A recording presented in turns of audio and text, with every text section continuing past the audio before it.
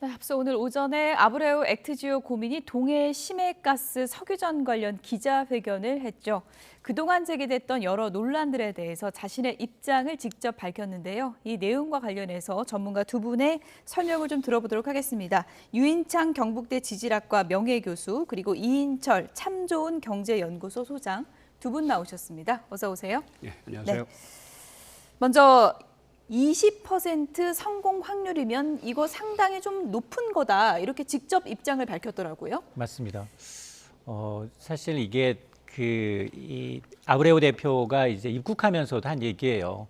굉장히 이제 가능성은 높다라고 얘기하면서도 구체적으로 석유공사와의 어떤 이제 비밀 유지 협약 때문에 구체적으로 말하지 못하겠다라고 얘기했는데 자신이 직접 이제 주도를 했다고 하는 이제 가야나 리자 광구의 경우는 확률이 16%였었는데 실제로 매장량은 한 40억 배럴이었다. 예. 그런데 이번에도 비슷하고 보통 한 10% 이상이면 시추에 도전을 하게 되는데 여기 한 20% 성공 확률은 굉장히 양호하다라고 이제 밝히고는 있거든요. 근데 이게 확률이 점점 떨어지고 있습니다. 사실상 왜냐하면 이 육지에서 시추할 때는 성공 확률이 굉장히 낮고 그다음에 이제 개발 비용도 굉장히 적게 들지만 대륙붕, 얕은 바다에서 지금 점점점 이제 유전 회사들이 심해 바다로 가고 있다 보니 지금 개발되고 있는 광구들 대부분 보면 이 10개 중에 6개는 심해.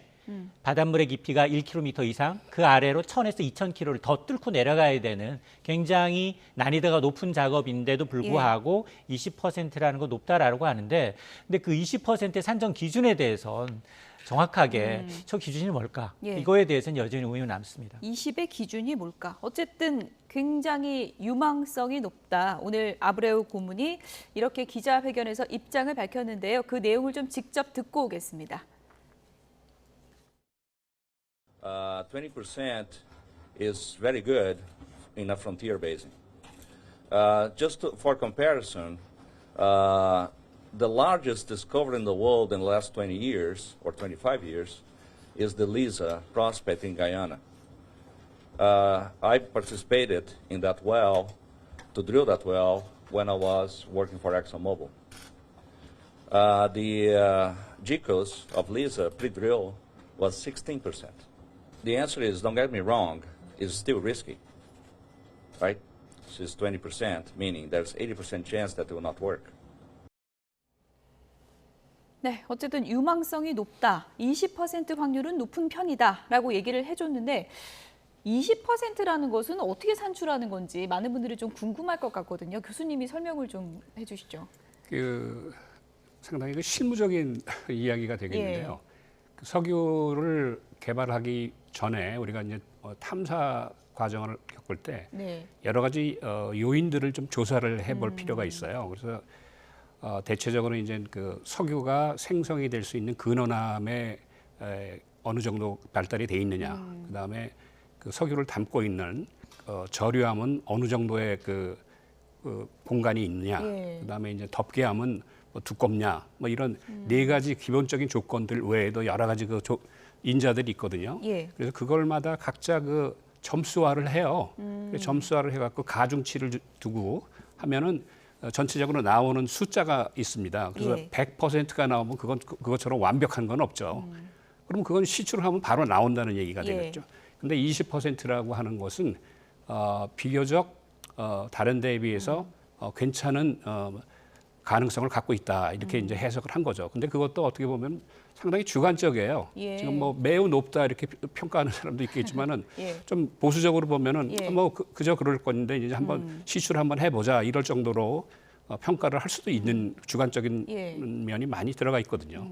그렇게 이해를 하시면 될 겁니다. 아브레우 고문이 뭐 20% 성공 가능성이 있다는 말은 80%의 실패 가능성이 있다는 얘기다. 또 이렇게 얘기를 해서 성공과 실패 중에 어느 쪽에 좀 방점을 두고 해석을 해야 되나 많은 분들이 좀 헷갈려하기도 했거든요. 그러니까 이게 전략적으로 이제 우리가 전략적인 접근이 필요하죠. 그 20%의 우리 성공 확률이 있는데 그럼 80%에 대해서는 우리가 어떻게 처리를 할 것이냐. 여러 가지 전략을 좀 구사를 해야 될 필요가 있습니다.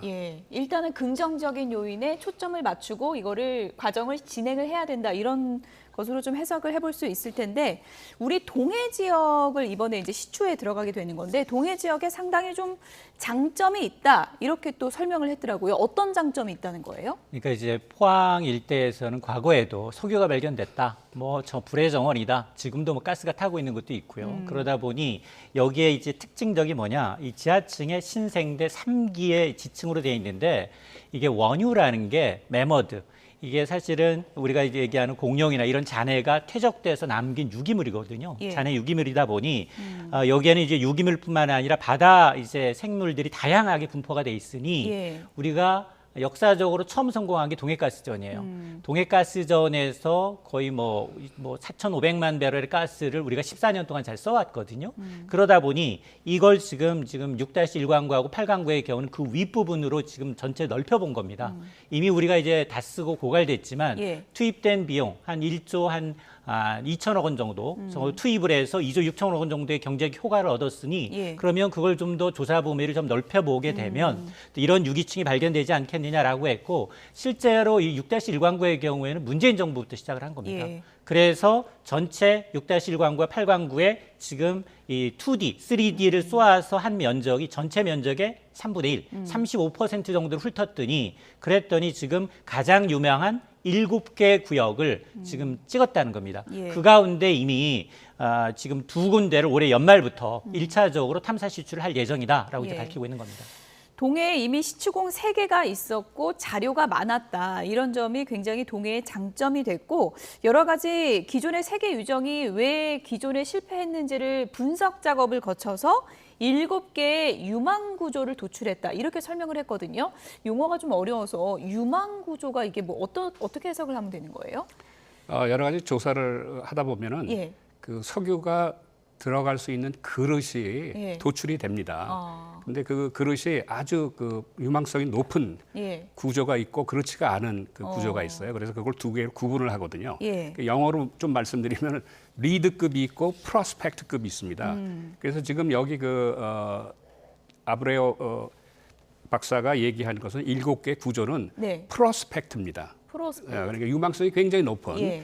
그래서 그거 7개를 다 시추할 만한데 이제 앞으로 전략적으로 어떻게 할 것이냐.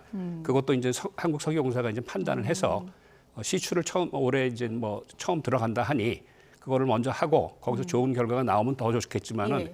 나쁜 결과가 나오더라도 또 다른 프로스펙트가 있으니까 그쪽으로 이동을 해서 또 시추를 하고 이런 얘기를 지금 하고 있는 거라고 이해를 하시면 됩니다. 그러니까 석유가 있을 것 같은 구조, 그 구조를 얘기하는 건데 오늘 설명에 석유가 존재할 만한 그 요인 4개가 모두 확인됐다고 하면서 언급한 것이 좀 어렵습니다. 기반암, 저류층, 덮개암, 트랙 이런 요소들을 언급했거든요. 저 4가지 요소가 있다는 게 어떤 얘기가 되는 걸까요?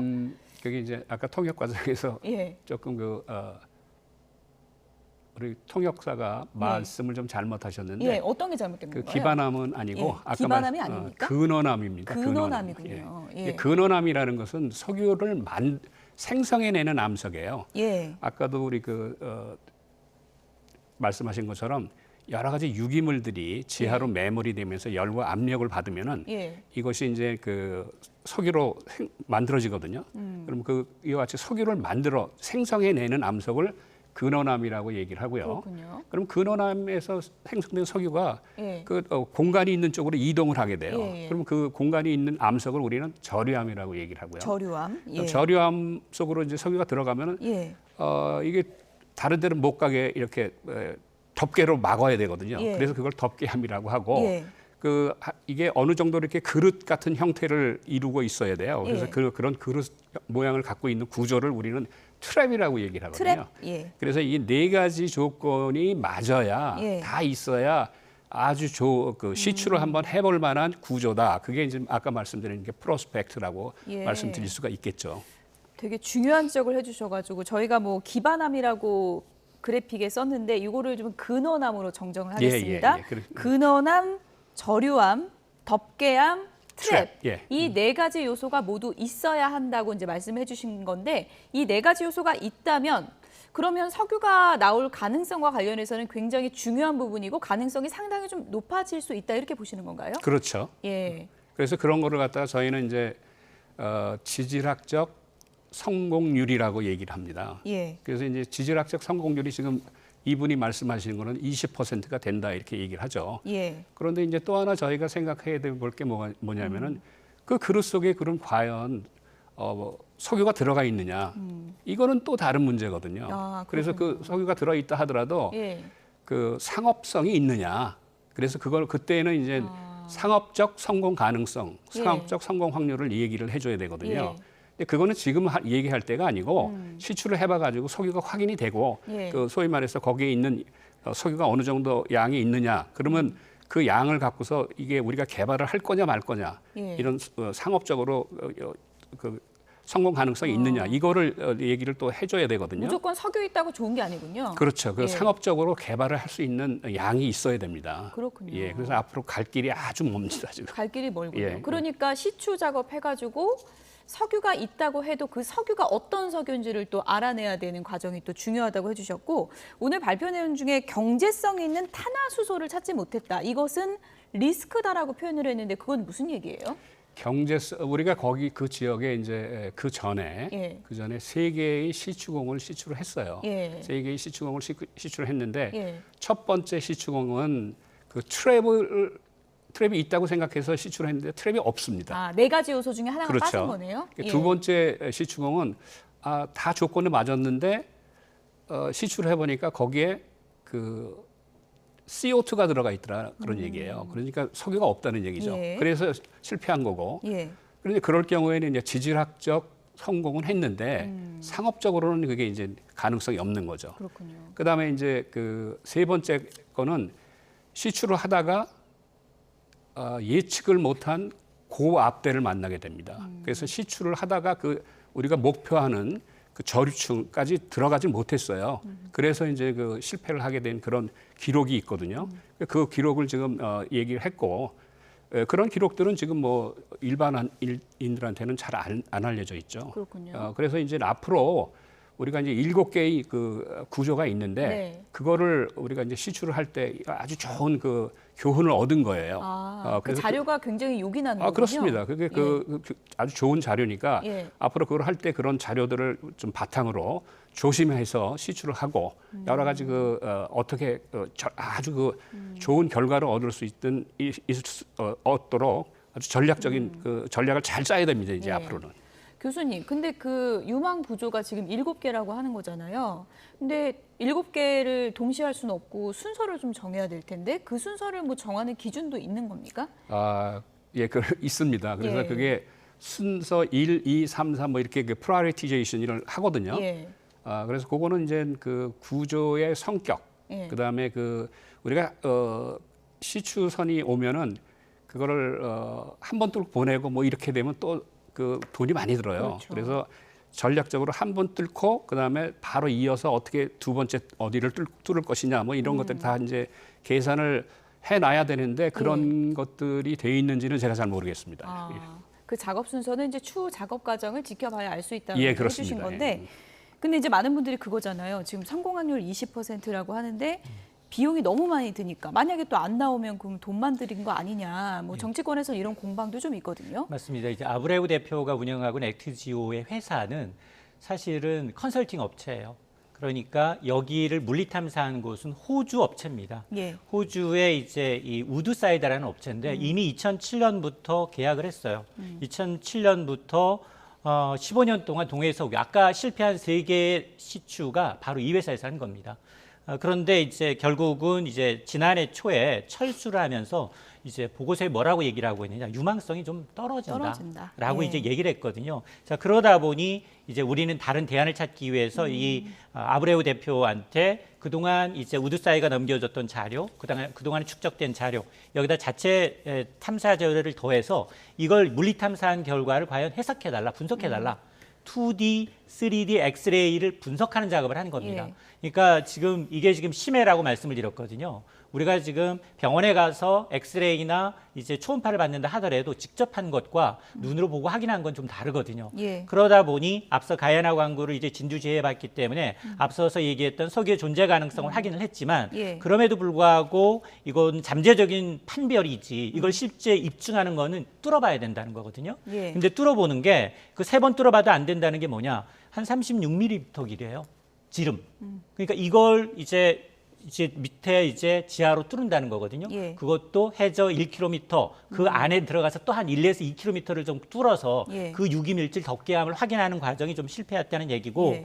그러다 보니 아마 이제 이 아브레이 대표 역시 아마 존재하는 것, 덮개함이랑 저류층이 존재한다는 사실을 확인했지만 탄화수소가 누적되어 있는 사실을 알기 위해서는 이제 직접 시추밖에 없기 때문에 시추를 하지 않으면 리스크를 해소할 수가 없다. 예. 그 가능성이 20%니까 자기라면 이제 도전하겠다라는 예. 겁니다. 액트지오사에 앞서서 이제 호주의 업체 우드사이드가 들여다봤더니 경제성이 없다고 판단한 거 아니냐 그런 지금 논란이 좀 제기가 됐는데 오늘 석유공사가 왜 그렇게 됐는지에 대해서 좀 과정을 설명을 했습니다. 들어보시죠. 이 3D를 대규모 3D를 해놓고 충분한 평가를 하지 못하고 이미 철수를 하겠다는 의사를 통보를 했는데요. 그 배경을 보면은 BHP사와 이미 그 합병 논의가 지속되고 있었던 것으로 이해를 되고요. 이분들이 철수하고 난 이후에 22년에 저희들이 갖고 있던 지역에 대규모 3D를 실시를 했습니다. 그래서 과거에 이 천해 지역, 대륙붕 지역에서 우리가 탐사해 놓았던 자료하고 우더사이드가 탐사해 놓았던 심해 지역 자료하고 이 지역은 대륙 사면 지역인데요. 대륙 사면 지역에 3D가 완성이 됨으로써 울릉분지 전체를 3D로 볼 수 있는 탐사 자료의 기반이 마련이 됐습니다. 이 자료를 액터지오사에서 해석을 했고 대규모 유망 구조를 이 세 개 광구에 걸쳐 있는 유망 구조를 발견하게 된 것입니다. 네, 뭐 호주 업체 분석이 맞는 건가 아니면은 액트지오 분석이 맞는 건가 일반인들은 뭐 알 수가 없는 상황인데 어쨌든 아브레오 고문은 우드사이드는 조기 철수를 해서 이게 탐사 자료를 심층 분석할 시간이 좀 없었다 이렇게 설명을 하더라고요. 어떻게 보십니까? 그 지금 얘기를 들어보니까 예. 2차원 탐사 자료가 있고 예. 3차원 탐사 자료가 있습니다. 예. 그건 뭐 일반적인 얘기가 예. 되겠고요. 지금 우드사이드사가 2차원 탐사 자료를 가지고 그 지역을 하고 일부 3차원 자료를 했는데 그 8광구에 대해서는 3차원 자료를 취득한 다음에 그걸 해석하지 못하고 그냥 철수한 걸로 지금 이야기를 하고 있거든요. 예. 그래서 그 3차원 자료를 보지를 못하고 철수를 해서 지금은 그 8광구에 있는 3차원 자료를 이용하고 그다음에 예. 기존에 있는 자료들 모든 자료를 통합 처리를 해서 이런 결과를 얻었다라고 예. 지금 얘기를 하고 있는 예. 거로 이제 표현이 됩니다. 네. 그러니까 지금 설명대로 석유공사 설명이 맞다면 그 호주 업체는 지금 뭐 3D 그러니까 더 심화된 자료를 못 보고 분석을 내려서 경제성이 없다고 했다고 한다는 건데 석유공사 설명대로라면 그 호주 업체가 좀 판단이 그 당시를 좀 섣부를 수 있었다 이렇게 보십니까? 그 석유 그 호주 업체 같은 케이스는 이런 일들이 좀 석유업계에서는 다반사예요. 아 그렇습니까? 그래서 업체마다 분석이 막 다를 수 있어요? 업체마다 다른 게 아니고 그 예. 회사의 그 전략이 있습니다. 아 그렇군요. 그래서 이제 이것도 하나의 자산이거든요. 예. 회사의 자산인데 회사의 자산을 고위험 자산이 있고 저위험 자산이 있고 안전 자산이 있고 이게 분류를 합니다. 예. 그래서 이제 회사의 전략에 우리는 이 고위험 자산을 지금 정세가 국제 정세가 이렇게 바뀌고 있으니까 고위험 자산을 좀 줄이고 안전 자산으로 가고 저위험 자산으로 좀 바꿔야 되겠다. 그런 전략이 세워지면은 이런 동해 같은 심해 지역에 이거 고위험 자산이니까 이거는 예. 빨리 철수를 하고 다른 지역으로 이동해야 되기 때문에 예. 이 우드사이드사가 이제 할 수도 있습니다. 그래서 그랬을 그 수도 내막은 뭐 있다. 예. 제가 들여다보지 못해서 그렇죠. 모르겠는데 예. 그럴 가능성이 더 높아 보여요 실질적으로. 왜 그러냐면은 이런 그 3차원 3D 그런 물리 탐사 자료가 돈이 굉장히 많이 들거든요. 그런데 그런 자료를 해놓고서 해석을 못하고 그냥 철수를 했다 그러면은 그거는 아마 회사의 전략적인 철수로 판단을 하시는 게 옳다고 저는 봅니다.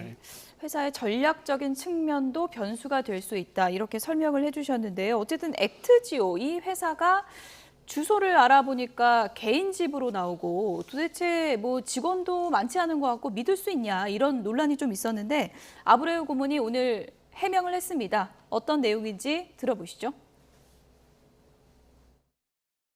The answer is yes. The design of the ActiGeo is to be a new breed of consulting companies. The only thing that we need to do our job is computers, software, and a camera. So my team is spread around the world. I have high-end geophysicists that work in New Zealand. My seismic processing group is in Brazil. 네. 집 주소 맞다는 것 같은데 어쨌든 뭐 직원들이 그 한 공간에 이렇게 사무실처럼 있는 게 아니고 좀 전 세계에 흩어져 있다 이런 구조라고 이제 설명을 하더라고요. 맞습니다. 예. 그러면서 지난해의 경우에는 최대 한 연구 인력이 15명, 지금은 14명이다라고 하면서 전 세계적으로 각지에 흩어져 있는 거 맞고 자기들이 필요한 건 뭐냐? 업무 볼 때 우리는 분석하는 자료다. 탐사 시추 업체가 아니라 그 자료를 가지고 와서 분석하는 분석 컨설팅 업체이기 때문에 그렇군요. 업무 볼 때 필요한 건 컴퓨터, 소프트웨어, 그리고 카메라밖에 없다. 그러면서 전 세계적으로 남아있는 이 석유 매장량 자체가 줄다 보니 지금 전 세계 석유 회사가 인력을 감축하고 있고 그리고 이제 큰 회사의 경우에는 자체적으로 탐사 분석팀을 갖고 있지만 이런 거 뿌띠크라고 해서 네. 작은 업체들이 이런 이제 우리와 같이 굉장히 처음이잖아요. 처음 하는 업체들 경우에는 이제 사용하게 되는데 그러면서 이제 자기네들의 인력 분포를 얘기하고 있습니다. 뭐 지구과학 전문가는 뉴질랜드에 거주하고 있고 지진파 담당자는 브라질에 있고 또 지구과학 담당자는 멕시코에 있다. 특히나 최근에는 영국의 지사를 열었다. 런던에도 주소지가 있다. 이 디렉티집이 맞다라고 얘기하고 있는데 예. 네티즌 수사도 대단해요. 이에 앞서서 이미 영국의 이 법인을 찾아냅니다. 예. 액티조의 액면가 1파운드. 1파운드면 오늘 환산하면 한 1,700~800원 정도 되는데 주식 한 주. 예. 주주 책임 유한회사라고 이제 설립된 게 있다라는 겁니다. 예. 이걸 이제 의식하는 것으로 보이고 그러면서 이렇게 이제 소규모 컨설팅, 이른바 이제 뿌띠까라는 업체가 이 업계에서는 산업이 스탠다드다. 예. 그러면서 이제 이런 데이터를 해석하는 인력은 주로 한 3~4명, 5명 정도 갖추고 있어서 아마 이제 이상한 게 아니다라고 이제 얘기를 하고 있는 겁니다. 예, 뭐 네티즌 수사대가 찾아낸 건 저희가 확인한 건 아니기 때문에 정리를 그렇게 하도록 하겠고요. 지금 전 세계 석유 관련 회사들이 인력을 좀 줄이는 추세다라고 설명을 하던데 그건 맞는 얘기인가요? 그렇죠. 지금 뭐 석유 소비가 자꾸 줄어들고 우리가 코로나 시대를 겪으면서 업무 형태도 많이 바뀌고 있지 않습니까? 그래서 과거에는 뭐 사무실에서 모여서 이렇게 근무하던 사람들이 이제 재택근무를 해보니까 예. 재택근무를 해도 이게 가능하구나 그걸 알았고 그다음에 이게 지금 이런 일반적인 이런 저희는 컨설팅 컴퍼니라고 얘기를 하거든요. 예. 그래서 자문 회사죠. 예, 예. 자문 회사가 석유 업계에서는 아주 일반적인 거예요. 그래서 큰 석유 회사가 있으면은 예. 그 회사의 옆에서 같이 이제 서비스를 제공해주고 자문을 해주고 뭐 이러면서 돈을 받고 해주는 그런 컨설팅 컴퍼니 자문 회사들이 굉장히 많습니다. 특히 이분 같은 경우에는 엑선 모빌에서 30년을 근무를 했고 예. 그다음에 이제 경력이 있으니까 은퇴를 한 다음에 이제 자기 조그만 회사를 만들어서 예. 그 회사에다가 서비스를 제공하고 돈을 받는 그런 업체로 이제 보시면 될 것 같아요. 근데 이거는 상당히 일반적입니다. 일반적이군요. 예. 그러니까 많은 분들이 이렇게 작은 업체가 해도 되나? 뭐 이런 좀 걱정을 하셨는데 석유업계에서 최근에 그런 추세가 좀 있다 이런 설명이시군요. 그렇죠. 예. 그리고 그거는 뭐 요새 일어나는 추세가 아니고 그 전부터도 얼마든지 있는 예. 형태의 기업입니다. 이런저런 궁금증과 논란 속에 아브레우 고문이 오늘 직접 입장을 밝혔습니다. 이런 입장들이 막 이제 보도가 되면서 주식시장이 또 어떻게 움직이나 이런 것도 궁금해하는 분들이 있거든요. 어떤 영향이 있습니까? 일단 어제 하루 휴장이었잖아요. 예. 좀 차분해지는 것 같긴 하지만 그럼에도 불구하고 이제 대통령이 갑작스럽게 석유 매장량 가능성 있는 거의 유전을 발견했다라는 이제 이 소식에 의해서 석유 관련주들, 가스 관련주들, 하물며 철강까지 뛰었어요. 시추하려면 이게 지금 어차피 관광 재질이 필요한 게 아니에요. 철강까지 뛰었어요. 그러다가 더 이제 이해가 안 가는 건 뭐였냐면 이게 묻지마 투자의 전형이라고 할 수 있는데요. 그냥 이름만 한국 석유예요. 그럼 저거 공기업인가? 라고 공기업이 아닙니다.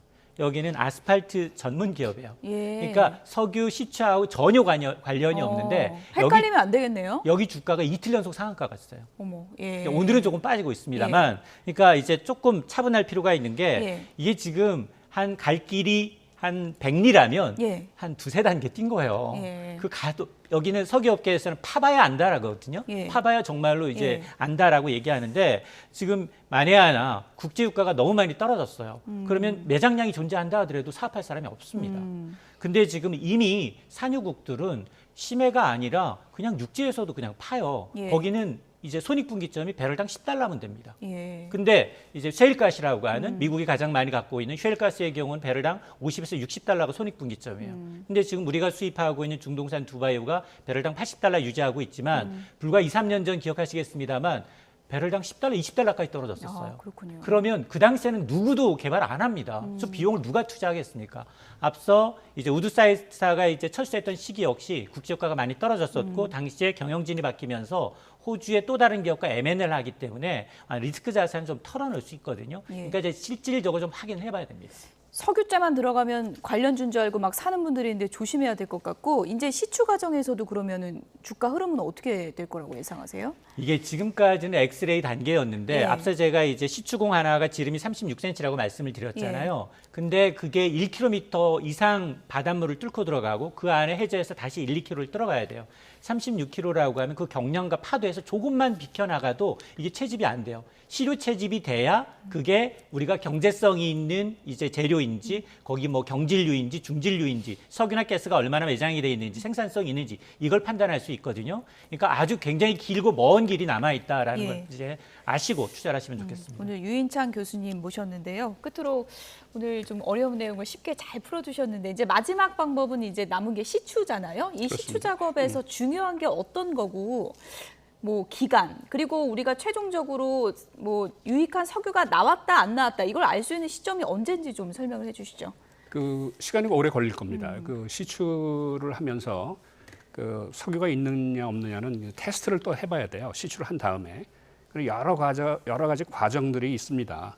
그래서 그거는 조금 그 지켜봐야 될 거고 특히 이제 그 만약에 시추를 하게 되면은 아까도 말씀드린 것처럼 그 고압대가 있어요. 그 예상치 못한 고압대를 만나면 시추하기가 굉장히 어려워지거든요. 그렇군요. 그럼 그 고압대를 또 잘못 건들 경우에는 시추선이 폭발을 해버립니다. 그런 위험도 있고 만약에 그런 아주 극단의 상황이 발생하면 우리나라 동해가 우리나라만 바다는 아니지 않습니까? 그렇죠. 뭐 러시아도 있고 일본도 있고 뭐 북한도 있고 그래서 국제적인 외교 문제로 번질 가능성이 굉장히 커요. 그래서 그런 것도 좀 조심을 해야 될 필요가 있고 특히 이번에 보니까 그 조금 우리 기술진들 실무 라인들을 너무 좀 너무 그 질책을 하시는 것 같은데 그렇지가 않고 그것도 우리 한국석유공사의 그 경영진들의 의사 결정 과정 그런 것도 한번 좀 들여다볼 필요가 있습니다. 왜 이렇게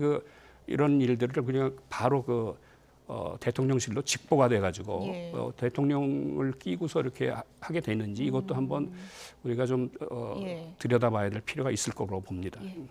산유국의 꿈도 중요하지만 뭐 극초기니까 아주 신중하고 차분하게 가야 된다. 두 분 다 이렇게 얘기를 해주셨습니다. 지금까지 유인창 경북대 지질학과 명예교수, 이인철 참 좋은 경제연구소 소장 두 분이었습니다. 고맙습니다.